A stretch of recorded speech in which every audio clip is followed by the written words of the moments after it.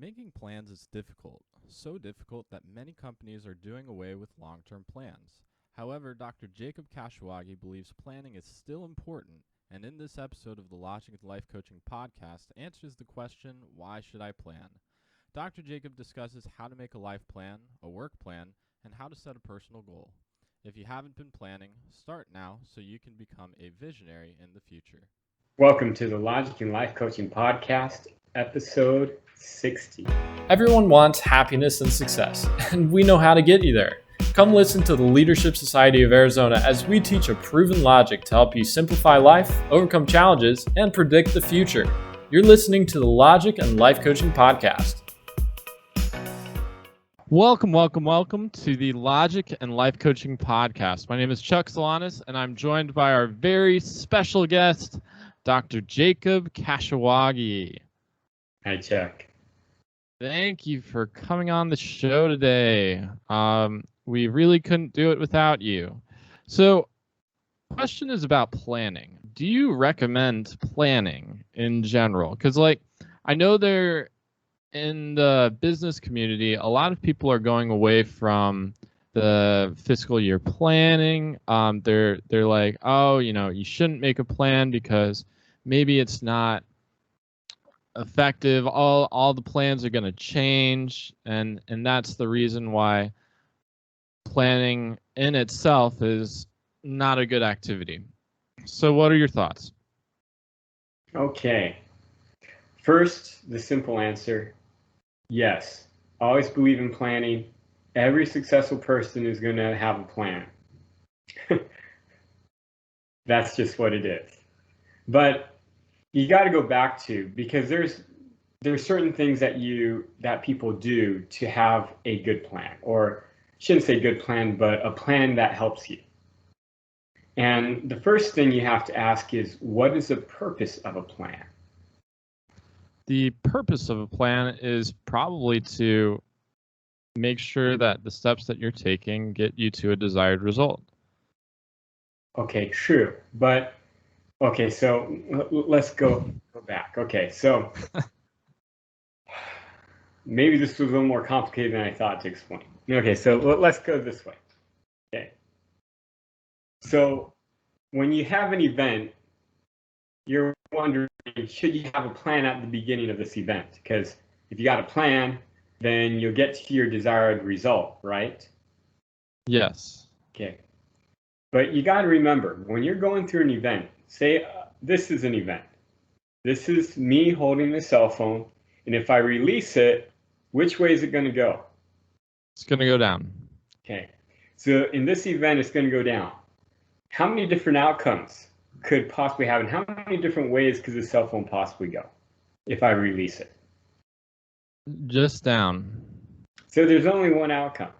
I might plan for a different outcome. I might want the cell phone to go up. But if I just release it, I just open my fingers, this cell phone is going to go down. There's nothing else that can happen. Right. Got it. Now, in an event, every event can only happen one way. Just one. You might want another outcome. You might think that you can get another outcome because you don't have all the information to know what's going to happen. But in the end, only one thing is going to happen with the circumstances and everything that's starting this event. There's only going to be one outcome. How do we know this? Have you ever seen an event with two outcomes? All the time, Jacob. I've found that one day I'll be like, oh, this day is going to work out great. And then the next day I think, oh, this day is going to work out great. And both days are like opposites. Okay, wait. That's not multiple different outcomes. That's not two different outcomes. It's one outcome. You might have thought that it was going to be a good day, but at the end of the day, it was either a good day or a bad day. And obviously, it was a bad day. Right? You didn't have a good day and a bad day at the same time. You've never seen an event with two different outcomes. Well, some respects of the day could be good and some respects of the day could be bad. So it could be a good and a bad day at the same time. True, but that's still only one outcome because part of the day was good and part of the day was bad. It wasn't like you had good and bad happening at the exact same parts of the day. It's not like you could kick a ball and not kick a ball at the same time. You've never seen an event that had two outcomes, right? That's one outcome. Okay. So the perception of the event could be that, oh, it was good, or maybe later on you're like, oh, it was bad, and then even later it could be good. But the event actually, the specific sequence of the event happened in one particular manner, right? At the end of the day, only one thing happened. There's only one outcome. Yeah. Right? There's only one conclusion to it. And this is to every event. You've never seen an event with two different ways it ends, right? Now, this is really important to know because you might think there's multiple different outcomes, but in the end, there's only going to be one, right? And so when you're making a plan, a lot of people might think the purpose of a plan is so that I ensure that the outcome that I'm looking at and I'm thinking of and I want is going to happen. That's not the purpose of a plan. A lot of people think, well, what is the purpose of a plan? Then, like, why do people make plans if there's only one outcome? And that's a good question I'm going to ask you, Chuck. If every event only has one outcome, and of course, because of natural laws, and as we've talked about, nothing happens by chance. So you start with certain conditions, and it's going to dictate the next conditions and the next conditions all the way to the end. If this event is set, then why do we make a plan? Well, in previous podcasts, we said it's to know if we can predict the future. Okay, that is one of the reasons why we make a plan.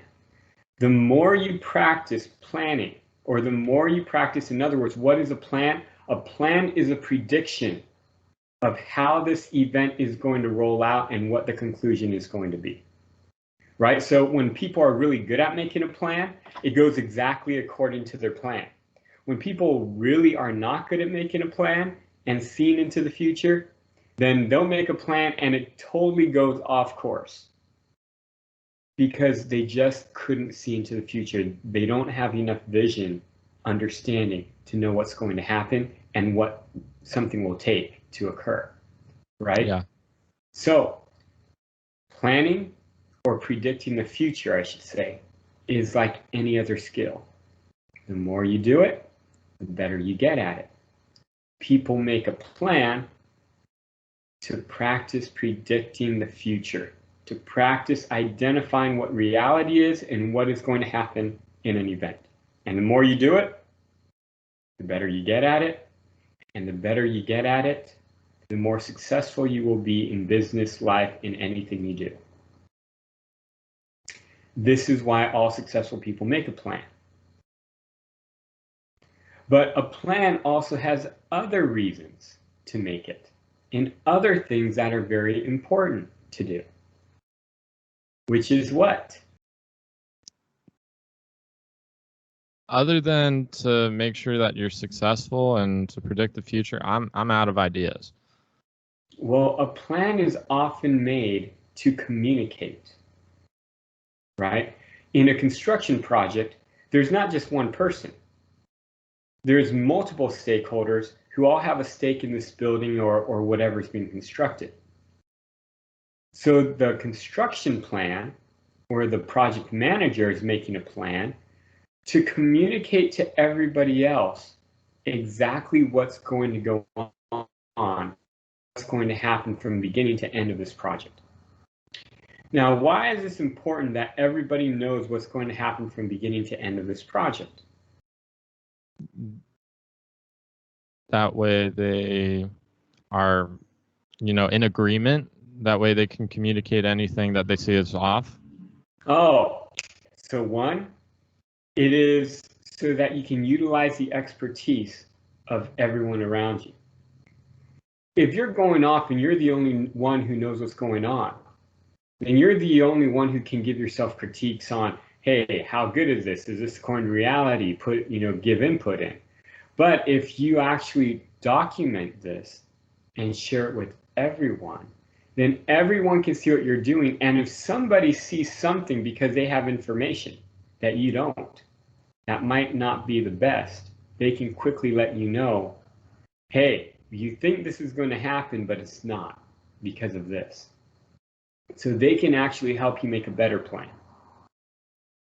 2 is when you make a plan, you also let people know what's going to happen. This allows you to make sure no one gets surprised, because the last thing you want to happen is you to go through this entire project, get to the end, only to find out that people who were paying you to do this didn't want that ending, or are surprised at what they got. And then you have to go back and redo things. So a plan has multiple things. One is to help you as a visionary, as a person who wants to see into the future, wants to be good at being able to know what's going to happen in reality. But 2, a plan communicates with everybody around you in a very simple fashion so that they can give you input, so that they can understand what's going on as well and not be upset or angry or surprised. And also so that they know what is expected of them within your plan, right? When you got a plan, the only thing that's the biggest issue you're going to have in this plan is other people. That you're going to expect other people to do things that they might not want to do, they might not be thinking they're going to do, whatever it might be. And so to minimize that risk, having a plan is always a good thing. It addresses some areas of planning that maybe you wouldn't consider how effective a plan would be in providing those outcomes for what you're looking for. Yes. Now there's a couple of principles of planning that should always be adhered to so that planning does not become inefficient. So there are things that you can do in planning that just waste your time. Yeah. That causes so that the whole purpose of planning is defeated by all the negative things that are happening. Okay. Okay. So the first thing hits on your point on why companies or people are thinking we're not going to plan. And what they're thinking is we're going to spend all of this time making this huge elaborate plan that within a matter of months, it totally is messed up and we have to replan again. So the first rule of thumb in planning is that the person who should make the plan is the one who can see the most. Because if you don't actually accurately see the future, then your plan is probably going to be not good. You probably are going to have to recreate your plan a lot. Now, if you are young and you're trying to develop the skill, then hey, you got enough time. Keep recreating your plan is perfectly fine because you are going to be the one who's going to be the visionary eventually, hopefully. Now, in a company, you definitely want the person who can see the farthest to make your plan. A lot of times what companies will do is they'll get the underling to make the plan, or they will have this huge collaboration of a lot of people to make the plan. That's something I say is a no-go. The person who should make the plan is always the expert, the one who can see the farthest. They don't need to collaborate with anyone. They make the plan, and then they share the plan. And if anybody wants something to be adjusted, then that's when it gets adjusted. They give their input, and the expert or the person who can see adjusts the plan, right? So that's the first thing, is the expert makes a plan, the one who can see the farthest. If you don't see very far, but you want to make a good plan, then you got to get a mentor, okay? That's a given. 2, when making a plan, you know if you're qualified to make a plan because it won't take you very long. So I always tell people, if you're making a plan, it better not take you more than an hour. If you're spending more than an hour on the plan, there's something wrong. It means you're wasting your time. It means that whatever you're putting down is not good. Because if you know what's going to happen, it won't take very long. You're just putting it down in the steps, right? And so the most important thing in planning is make sure it doesn't take you a long time. There are times where maybe you don't know exactly what you need to do. And so this is how I would work with my workers and students. Go make a plan, but don't spend more than a half an hour on your plan. Put down everything you know that you can put down quickly. Once you've done all that, stop. Don't spend more time on it. Don't think about it. Bring the plan to me, as me being the expert. I will look at your plan. I'll tell you what to do next. I'll give you more information, and then you go back and finish the plan, putting down everything that now that you understand, you can do quickly. And so in doing this, I'm trying to make sure they understand the pattern of when you make a plan, you're not trying to put down things you don't know. That takes too long, and it's going to be inaccurate anyways. You only put down what you know, and you only spend a quick amount of time doing it, or a short amount of time doing it. That's the second thing. Third thing with making a plan, numbers. It doesn't do you any good making a plan that's like 50 pages long that people have to read paragraphs for. No one's going to read that. No one's going to be able to utilize that. But using numbers makes your plan really simple and succinct. For example, your plan better have a schedule, and in that schedule it better have specific dates, right? In your plan you better have metrics on what the outcome is going to be, and it should be numbers identifying what it's going to come up with. 5 buildings, 2 buildings. It's going to come up with, we're going to make X amount of dollars, or it's going to take this amount of time, or we're going to have this many people come, right? These are all things that when people look at your plan, they can exactly see what you're envisioning. And they know exactly the dates and the times that things will happen. And so that is my last suggestion in making a plan. Use numbers. I know that if you're making like a personal plan, it's probably a little different than this, but No, it's of not course different. It's exactly the same.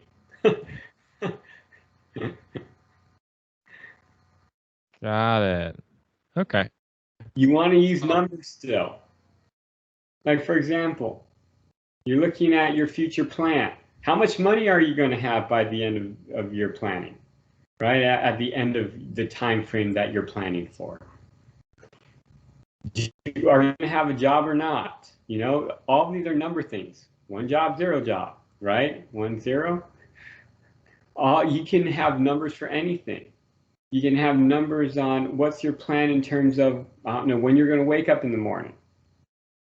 That's a number, right? A time. How long is this plan going to be for? That's a date, right? And depending on what your goals are and what you're hoping to achieve, there's a lot of things. How many widgets are you going to sell by that date, right?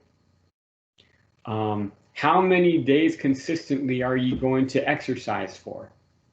How much weight can you lift at the end of it? See, these are all numbers, and it's all things you can quantify so you can actually track if you're getting there or not throughout this plan. Does this make sense? Yeah. Yeah, definitely. It's just I see a lot of people, or I've met a few people that when I ask them, you know, what is it that you want to accomplish with your life, then they just give me this blank stare, and they think like, I've never thought about that, and not really interested in that. So I guess I get confused by that. Okay, you know, that's a good point. Here's another hint. When you're making a plan, You can only make a plan according to how far you can see. So if you're an expert planner, you can make a plan for your entire life.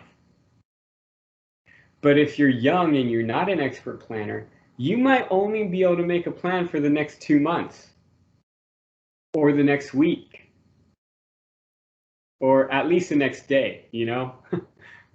It's just make a plan for, hey, when are you going to do this? When are you going to do that? Right? How many hours are you going to study for? Whatever it might be. But yes, so is you have to only go as far out in a plan as you're capable of understanding and seeing. And so yes, if you're younger, someone's asking you, well, what's your plan for the next 10 years? You might have a blank stare because you've never thought about, you can't see that far. So obviously that's too far of a time frame. You got to shorten that thing down. Does that make sense? Right. Okay. And you could talk to a mentor, of course. They could tell you. You could, but you're not going to go too far off from what you naturally can see. Of course, your mentor can help you see a little bit farther, but you know that if they have to help you too much, then maybe you're starting to get out of your league there. Okay. Sounds good.